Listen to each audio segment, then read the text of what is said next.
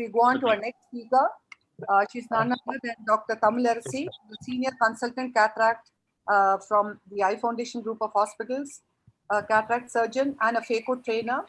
Quite brilliant, a patient teacher and a very sharp intellect. And she's going to tell us some more learning. On to you, Dr. Tamil. Thank you, ma'am. Good afternoon, all. Good afternoon, all. Coming back to basics. This video reviews the concept which is very important for a beginner surgeon to have better control of iris during cataract surgery. Iris prolapse is a minor complication and yet a challenging one that cataract surgeons prefer to avoid.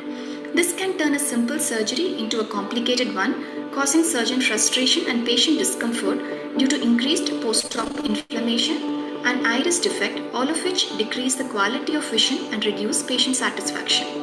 When the iris prolapses, the surgeon usually has the time to evaluate the situation and determine the underlying cause. IFS is arguably the biggest risk factor. Improper wound construction is another factor to be considered.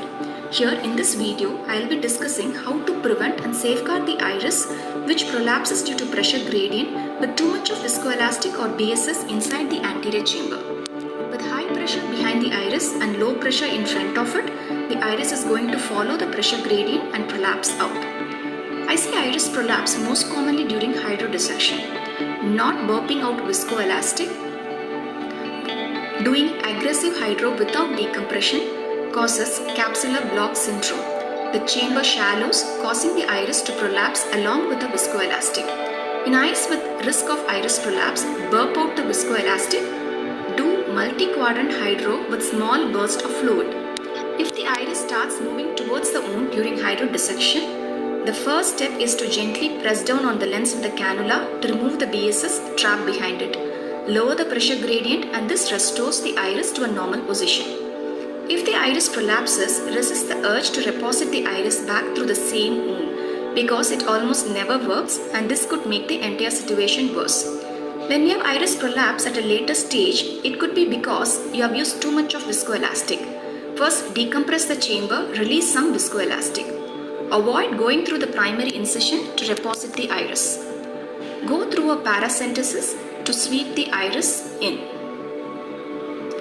If the eye remains firm despite your release of viscoelastic, then it could be something from the posterior segment causing the positive pressure.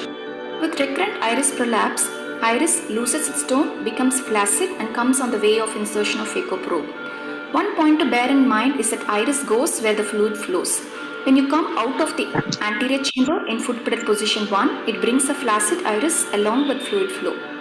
If the pupil size is inadequate or the iris is very atonic and likely to prolapse again, I like to use iris hooks, one directly under the wound. If I decide to continue with phaco, I take few precautions. Inject cohesive viscoelastic over sub-incision iris. Enter the anterior chamber with irrigation off and then step on to foot pedal position 1. Consider lowering the bottle height, decreasing the flow and vacuum of the phaco machine and do slow motion phacoemulsification. Come out with irrigation off. Even a floppy iris will not prolapse if the fluid is not flowing out of the eye. Avoid wound-assisted IOL insertion technique. Inject cohesive viscoelastic over sub-incision iris and then implant the intraocular lens. I stop the irrigation and let the eye soften slightly before I exit the eye. Stromal hydration raises the intraocular pressure and recreates a pressure gradient across the wound. The goal is therefore to hydrate the stroma without filling the eye. Hydrate all the side ports and the main wound, and then I fill the anterior chamber with balanced salt solution. Whenever possible, prevention is the key. Be cautious in high-risk eye, observe subtle signs of IFS, create slightly longer wound, avoid overfilling the anterior chamber with viscoelastic. Remove viscoelastic before hydrodissection. Decompress the anterior chamber and then reposit the iris. Go in and out of the eye with irrigation off. Do slow motion phacoemulsification and lower your parameters. Support the iris mechanically with iris hook whenever necessary. Of course, a careful surgical technique will help to minimize the likelihood of damaging the iris. Thank you. Wonderful. wonderful statement, Kamal. Very simple and something which all of us would remember times when we're operating these cases. I'm going to ask one simple question, and I would ask the expert panel to ask the rest. Yeah. Can you explain the mechanism of why we use atropine ointment? Can you explain the mechanism why we use iris hooks and how Helon would help in these kind of eyes?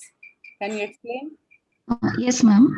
The basic pathology in IFS is the use of alpha-1 blockers causes irreversible blockade of the receptors in the iris dilator muscles, and this causes the muscle atrophy and the loss of tone of the dilator muscles. Preoperative atropine is going to block the sphincter muscles, and this is going to counteract the intraoperative meiosis. And intracameral atropine is going to increase the tone of the dilator muscles to an extent. And hooks and Helon is going to hold back the sphincter, iris sphincter away from the area of ecomulsification, and is going to tamponate the movement of the peripheral iris tissue. Pupil expansion devices works 100% of the time in these cases. All these things can be used in conjunction. Anything? It was a fantastic presentation, Chitra. Excellent presentation. Congratulations, Tamilarasi. You're hiding Tamil. Such a smart girl she is. I don't know why. Very I know. nice. Excellent presentation. Thank you, ma'am. Yeah. My network was unstable. That's why I'm not switching on the video. Sorry. No problem. Yeah, Chitra, can I add something? Yes, ma'am. Wonderful presentation, Tamilarasi. Really fantastic. You got all the points to tackle an IFIS or an iris prolapse intraoperatively, like a longer wound, everything you have done. But what I would suggest is you have clearly mentioned go in foot position 0, come out in foot position 0. That is one thing. What I do is whenever there is an iris prolapse, when I see that, I just put some viscoat at the level of the in the main incision zone, underneath the wound. So just put some viscoat there. That will push the iris back. Then you can inject, if you want, through the side port, you can inject some Helon. Please, for heaven's sake, when you see an iris prolapse, don't use HPMC, because HPMC is going to make the iris more floppy, and more iris will start coming out of the eye. So that's one thing. Second thing is, whenever you see, whenever I see a pupil, a patient is on alpha blocker or tansulosine, something like that, or Urimax, my cutoff level is about 6 millimeter. My 6 millimeter, if anything's less than 6 millimeter, I straight away in the beginning of the case itself, I put the iris hooks or Mulligan ring or BX ring and go ahead with the case. And David Chang taught me this: put a sub-incisional iris hook, and that works wonderfully well for this IFIS patients. Anybody else? Dr. Maipal, Dr. Ram, anything to add? I think Rohit should give his tip of the side port, because I have found it very, very useful. That's very important, I suppose, for IFIS cases.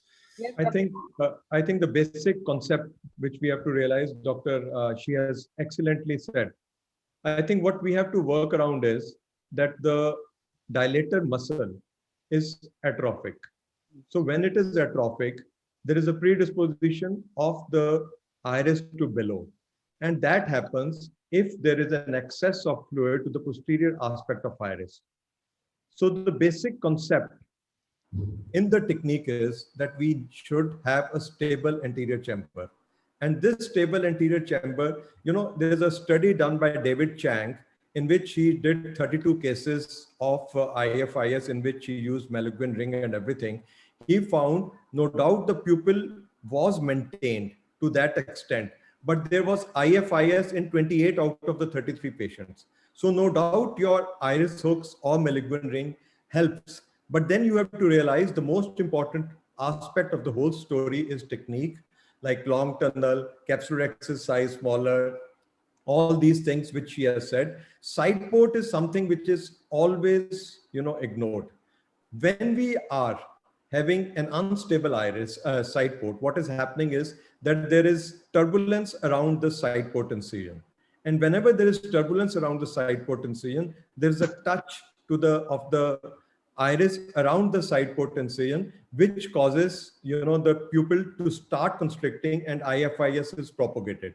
So if we make a calibrated side port incision, by all means, if we are using the techniques which have already been told, the side port doesn't become the site for initiation of IFIS. So side port calibration maintains a deep chamber, and it doesn't allow the fluid access to posterior aspect of iris by not having an ignored part of your surgical field of unstable anterior chamber, which should never be the side port incision. So in short, side port incision keeps the chamber deep, and it doesn't allow access of fluid to the posterior aspect of iris. Before we go on to the next case, I'm sure none of us tell our patients to stop Urimax now that we know. No, please don't stop Urimax. Can produce urinary retention on the table. And serious we don't have time for humor here. And atropine eye ointment would you use? How many days before would you all want to use? Which one? Atropine eye ointment for these patients. I don't use. Oh, we use it 3 days before. 2 to 3 days before. Definitely helps. Yes. Just a couple of points, Chitra. I mean, if I might, in the sense that, great presentation, Tamil, though most of these videos look like mine. So messy. Sir, thank you, sir. All her videos. She has nothing to do with it. I was just telling that they are difficult cases. I mean, the points I wanted to make was that, if you're suspecting there's bound to be a floppy iris, I think making a slightly anterior incision, at least 2 millimeter long, would be a good idea. And what we have to realize is that it's not the iris prolapse which causes the iris damage, but it's the iris reposition which causes the damage. So there's always an immediate tendency. I also do it quite often to go through the main incision itself. But as you very rightly said, going through the side port and then putting the iris back is most important. And this is one of the few situations I feel more than viscoat or anything else, I feel a small blob of Helon helps, because that really pushes the the flaccid iris a little down and gives you the space to introduce your phaco tip inside. And this again, sometimes you find that the surgery you're closed up, but then the first post-operative day, you find a tag of iris stuck onto the main incision or the side ports. It's one of the few places where again I use an air bubble to reform the anterior chamber and even suture up the main incision, because that ensures that even in the post-operative period, the incision is quite secure and you have a form chamber right through. Anaka, can we go on to our next speaker? Thank you very much, Tamil. Very nice. Thank you.